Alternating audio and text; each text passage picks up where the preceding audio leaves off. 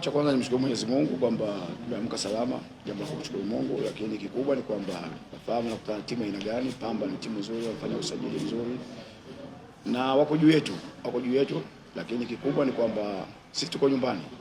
Kama nilivyosema, mechi iliyopita tumepata matokeo mazuri.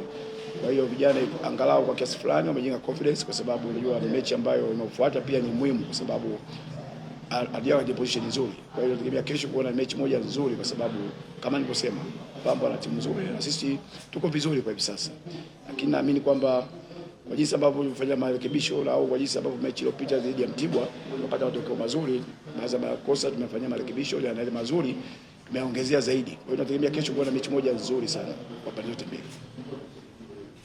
Coach, tumeshuhudia kuna muda mchache katika timu ya Fonte na timu yenu ya mwisho mlifanikiwa kuweza kushinda, timu ikitokea katika mwenendo mbaya.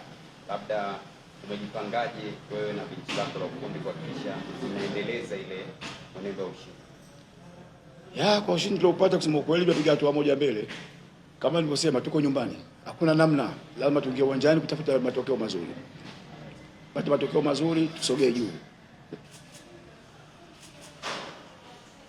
Inafahamika kwamba hizi ni nyakati tuseme za salama, na kama tunavyojua kwamba ingawa mlipata ushindi mchezo uliopita, lakini sio position nadhani hata wewe mwenyewe ukikaa na vijana wako nao ambao mnaifurahia.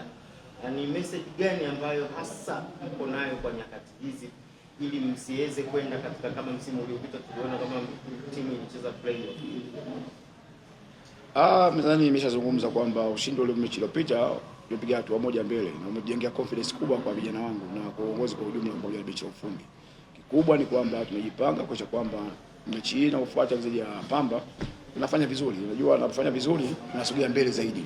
Nadhani timu asilimia kubwa, kuna timu ambazo ziko juu ambazo huwezi kuzihesabia kwa sababu tayari zinatafuta ubingwa wa ligi, na kuna timu ambazo ziko kati. Sasa timu ambazo ziko kati hazijapishana sana. Unaposhinda mechi moja unasogea juu zaidi.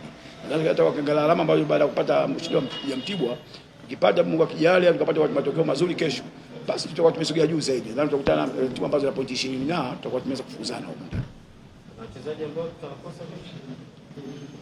Kwa ujumla kikosi chetu kiko vizuri. Nadhani hapo kwa mmoja hayupo anaingia mwingine. Hilo halina shaka.